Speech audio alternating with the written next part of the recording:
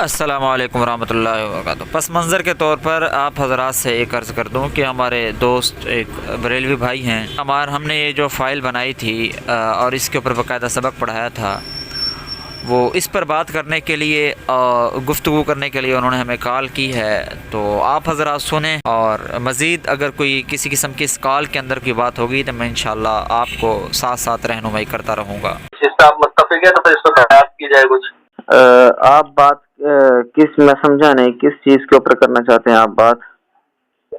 یعنی کہ آپ نے جو ہے ایک پی ڈی ایف بنائی ہے جی، اور حاجی امداد اللہ خواجہ مکی علیہ الرحمٰن کے سلسلے میں آپ نے بتایا کہ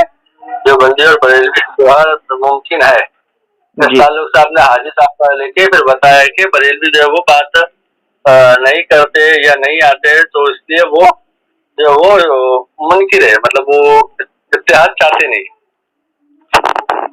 نہیں، یہ تو ہم نے نہیں کہا کہ اتحاد نہیں چاہتے۔ اس فائل کو پڑھنے سے پہلے اس مقدمے کا مطالعہ لازم کرے، اس کے بعد تمام حوالے جات کا مطالعہ فرمائے۔ جی جی،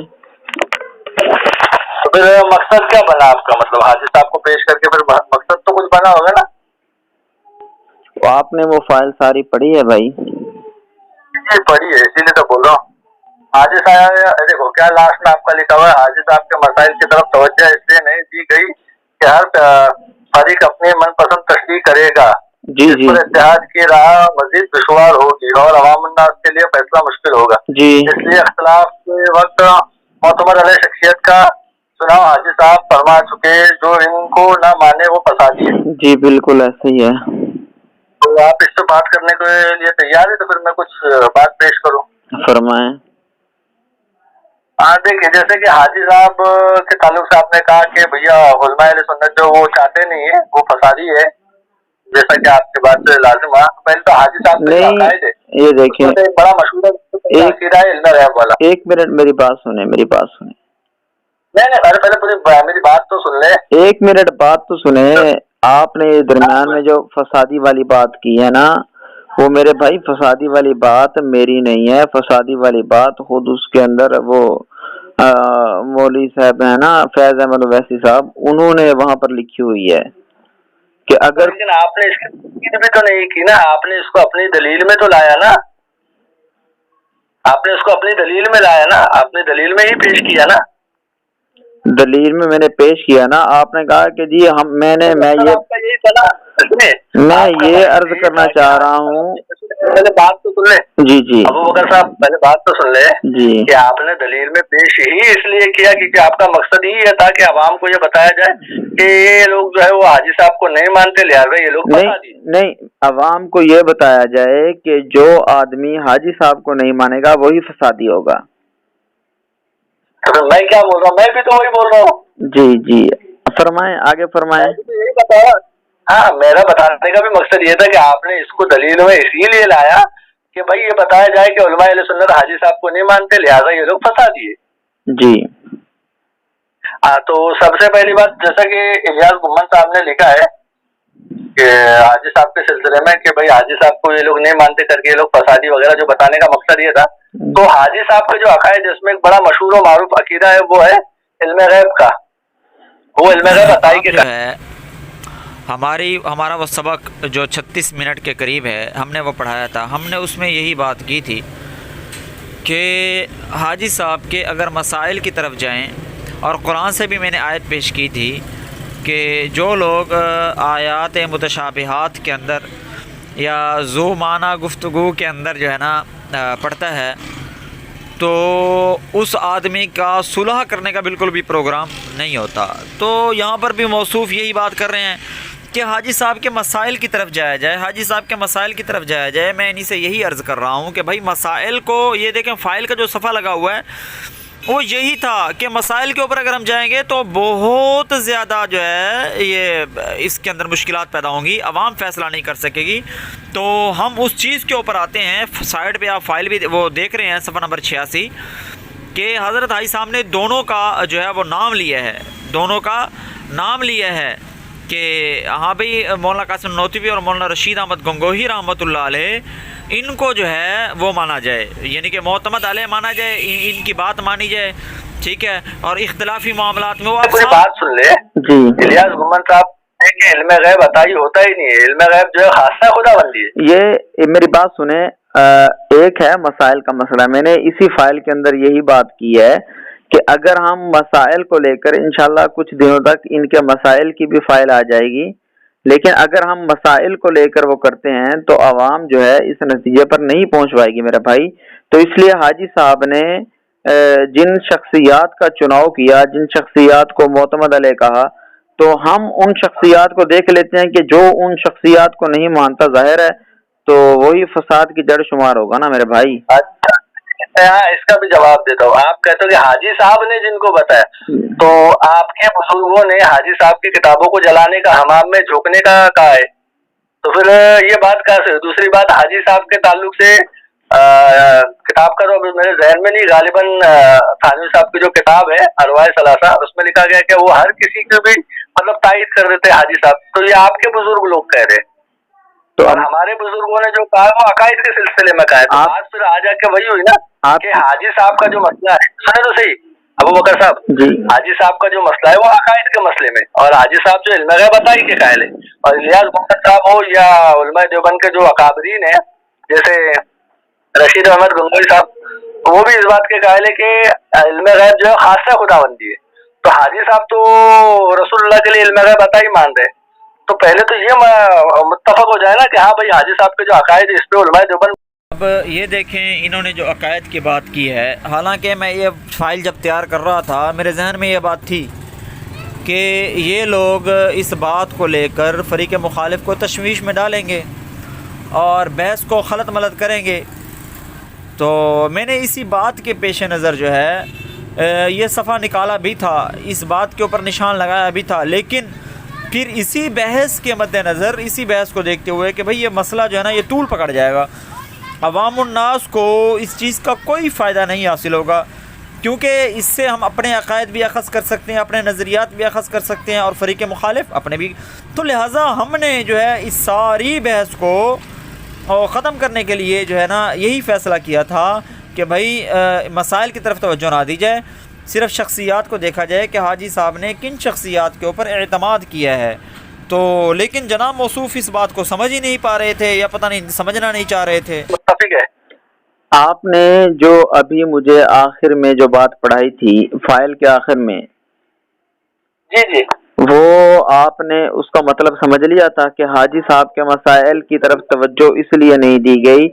کہ ہر فریق، میں نے یہاں پر کسی کا نام لینا مناسب بھی نہیں سمجھا کہ ہر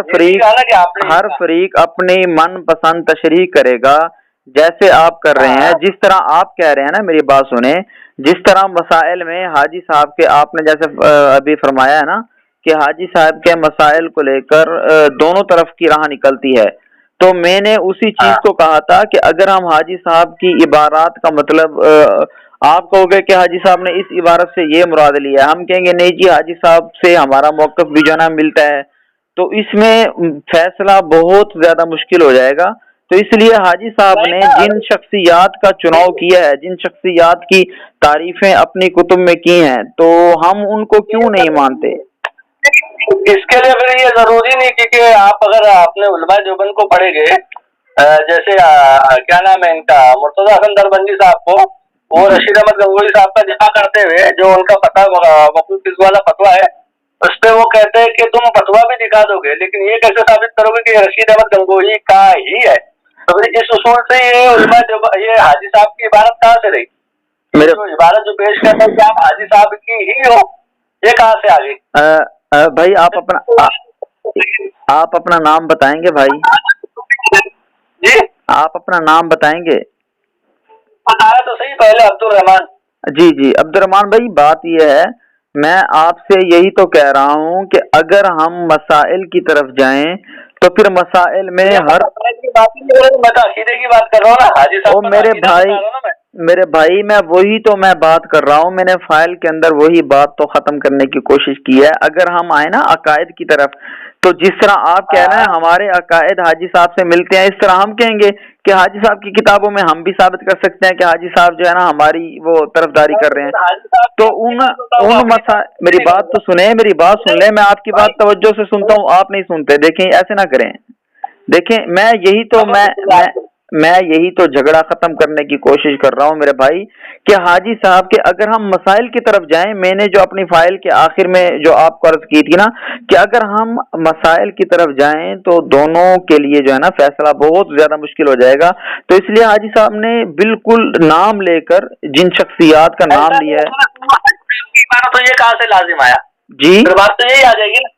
پھر یہ وہ عبارت حاجی صاحب کی ہی ہو، یہ کہاں سے لازم آیا؟ پھر یہ بات آ جائے گی مرتضیٰ حسن دربندی کے اصول پہ۔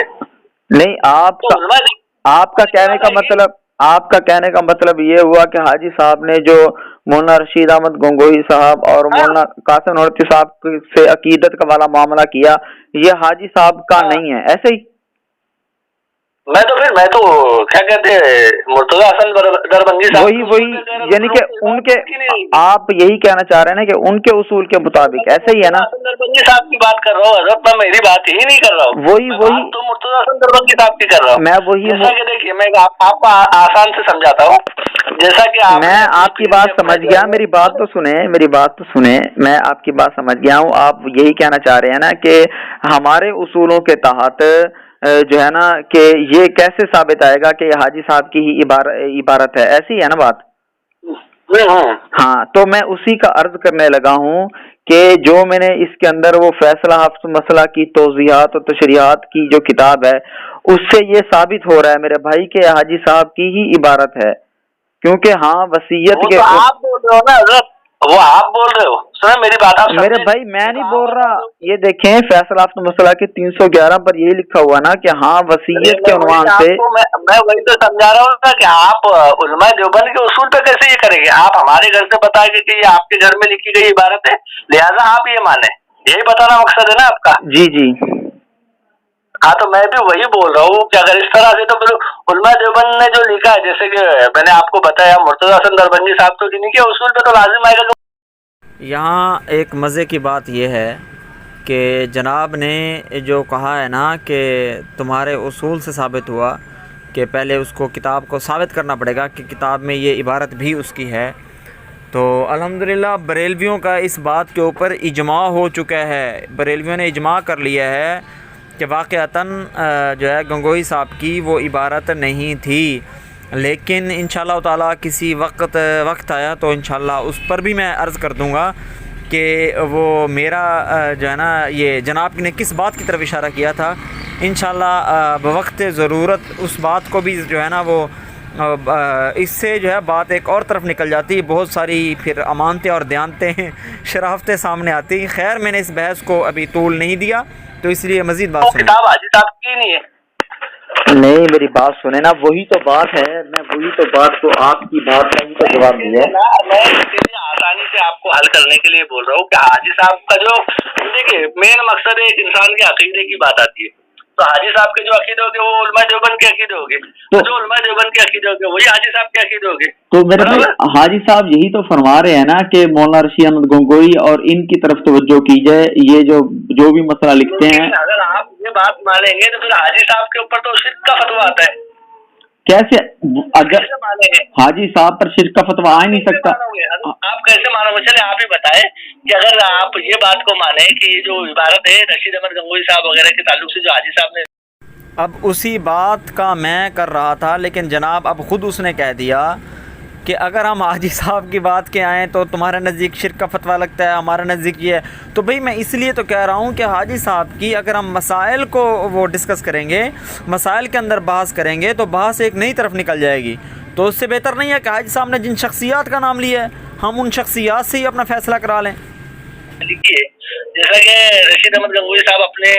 کتابوں میں کہتے ہیں کہ ان کی کتاب جو حاجی صاحب کی کتاب ہے، وہ وہی تو میری بات سنیں، جو آپ بات کر رہے ہیں، میں آپ کی بات سمجھ گیا ہوں، جو آپ بات کر رہے ہیں نا وہ وہی بات کر رہے ہیں نا کہ مسائل کو ہم دیکھیں، تو مسائل کا تو میں نے وہی مسئلہ حل کر دیا تھا کہ اگر ہم مسائل کی طرف توجہ دیں، اگر ہم مسائل کے جھنجٹ میں پڑیں تو پھر ظاہر ہے دونوں فریقین اپنی اپنی عبارات لانے کی کوشش کریں گے اور مطلب نکل سکتے ہیں، ٹھیک ہے۔ لیکن حاجی صاحب نے صاف ستھرا جن ہستیوں کا نام بتا دیا، جن لوگوں کا نام بتا دیا، جن علماء کا نام بتا دیا، تو ہم ان کو ماننے سے ہم کیوں دریغ کر رہے ہیں؟ بات یہ ہے۔ تو میں وہی تو بتا رہا ہوں آپ کو، میں وہی تو بتا رہا ہوں کہ حاجی صاحب کی جو عبارت آپ بتا رہے ہو، تو میں وہی بول رہا ہوں کہ علماء دیوبند نے خود ہی لکھا ہے، جیسا کہ رشید احمد گنگوہی کے وقوع اس والے فتوے کے تعلق سے یہ کہتے ہیں مرتضی حسن دربندی صاحب کہ آپ فتوا بھی پیش کر دو گے، بتا بھی دو گے سب، لیکن یہ رشید احمد گنگوہی صاحب ہی کی ہے، جو ہی کی ہے نا، تو پھر آپ کے لیے یہ مشکل ہو جائے گا کہ آپ یہ عبارت حاجی صاحب ہی کی ہے کیسے ثابت کرو گے؟ یعنی کہ یہ آپ کہنا چاہ رہے ہیں کہ یہ کلیات امدادیہ کی یہ جو عبارت حضرت حاجی صاحب نے وصیت کے عنوان سے درج کیا، یہ حاجی صاحب کی ہے یا نہیں، اب ہمیں یہ ثابت کرنا پڑے گا، ایسے ہی؟ آپ کو یہی ثابت کرنا ہے جی۔ میں نے اسی تو آپ میرا مین مدعا نہیں سمجھے، آپ کو علماء اہل سنت کے گھر پہ جانا ہی نہیں ہے، آپ نے بذات خود حاجی صاحب کی اپنی ہی ہے، یہ حاجی صاحب ہی سے ثابت کرنا ہے، یہ میں نہیں کہہ رہا ہوں، یہ جو ہے مرتضی حسن دربندی صاحب ہی کہہ رہے ہیں کہ یہ کیا آپ نے جو بھی فتوا ثابت کرنا ہے آپ سب کچھ بتا بھی دو گے، اعلیٰ حضرت کو کہتے ہیں ان کے جیسے رسائل چاند پوری میں کہ آپ سب کچھ ثابت کر دو گے، لیکن یہ فتوا رشید احمد گنگوہی صاحب کا ہی ہے، تو اسی طرح آپ یہ عنوانات جو وصیت کے عنوان سے پیش کی گئی ہے یہ حاجی صاحب ہی کی ہے، یہ آپ نے حاجی صاحب ہی سے ثابت کرنا ہے۔ جی اب میں بولوں جی، دیکھیں جو جس فتوے کی وہ بات کر رہے ہیں نا، وہ یہ بات نکل جائے گی پھر اور طرف، ٹھیک ہے، وہ اس فتوے کا میری بات سنیں، اس فتوے کا وجود ہی نہیں تھا جو ان کو کہنا پڑا۔ آپ کے لیے حضرت سنیں، وہ آپ کے لیے وجود تھا یا نہیں تھا، ہم اس کا وجود بھی ثابت کر دیں گے، میں وہ بھی نہیں بول رہا ہوں، میں یہ بول رہا ہوں کہ جو اصول بنائے مرتضی حسن دربندی صاحب نے، جو اصول بنائے اس اصول کے بیس پہ آپ یہ ثابت کریں کہ وہ عبارت جو ہے وہ حاجی صاحب ہی کی ہے، تو وہی تو ثابت کر رہے ہیں، تو کتاب جب ان کی ہے تو ظاہر ہے اس میں تو اس وقت فتوا تو ان کا ہے اور آپ فتوا نہیں مانتے، پھر بحث دوسری طرف جائے گی، اس کے لیے میں نے آسانی سے کیا تھا کہ حاجی صاحب کے جو عقائد ہے، پھر وہی بات اللہ کے بندے، عقائد کی تو میں یہی تو بات میں کر چکا ہوں نا کہ عقائد جو ہیں دونوں طرف سے، ہر دو طرف سے کچھ نہ کچھ ہر کسی کو کیوں مل سکتا ہے، تو ایک ہے عقائد۔ میں ایک آسان سے کرتا ہوں، جیسے کہ علماء دیوبند کا متفق علیہ عقیدہ ہے کہ وہ علم غیب عطائی کے قائل ہی نہیں ہے، برابر نا، وہ علم غیب مانتے ہی نہیں رسول اللہ صلی اللہ علیہ وسلم کے لیے، صحیح بات ہے نا؟ آپ پھر مسائل کی طرف جا رہے ہیں، میں عقائد کی طرف جا رہا ہوں، مسائل کی طرف بھی نہیں جا رہا ہوں، میں تو مین تو بھائی عقائد سے مراد وہی مسائل ہی ہیں، وہی مسائل۔ ہاں، ان میں سے سب سے بنیادی جو ہے وہ عقائد علم غیب والا مسئلہ ہے،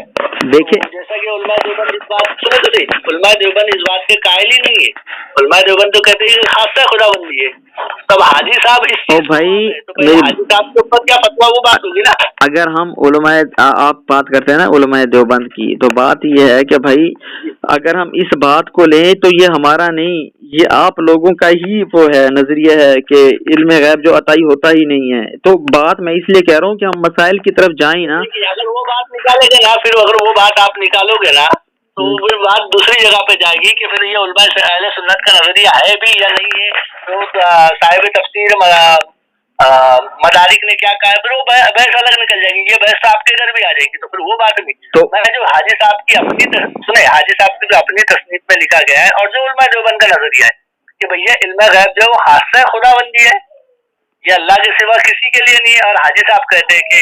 جو علم غیب رسول اللہ صلی اللہ علیہ وسلم کے لیے بھی حاصل ہے، تو پھر میں تو اسی پہ بول رہا ہوں نا، تو آپ ہماری طرف کسی طرف بھی نہ جائے، آپ علماء دیوبند کو سامنے رکھے، علماء دیوبند کے جو ابھی کے بھی پیشوا ہے جیسے الیاس محمد صاحب ہے یا ابو ایوب قادری صاحب ہے یا اور دیگر جو بھی اکابرین میں شمار ہوتے ہیں وہ لوگ ہیں، تو ان کو بھی رکھے، رشید احمد گنگوہی صاحب کو بھی رکھے، اور پھر ایک طرف حاجی صاحب کی اپنی عبارت رکھے، اور اس میں آپ خود ہی بتائیں، ہماری طرف تو آنے کی ضرورت ہی نہیں پڑے گی،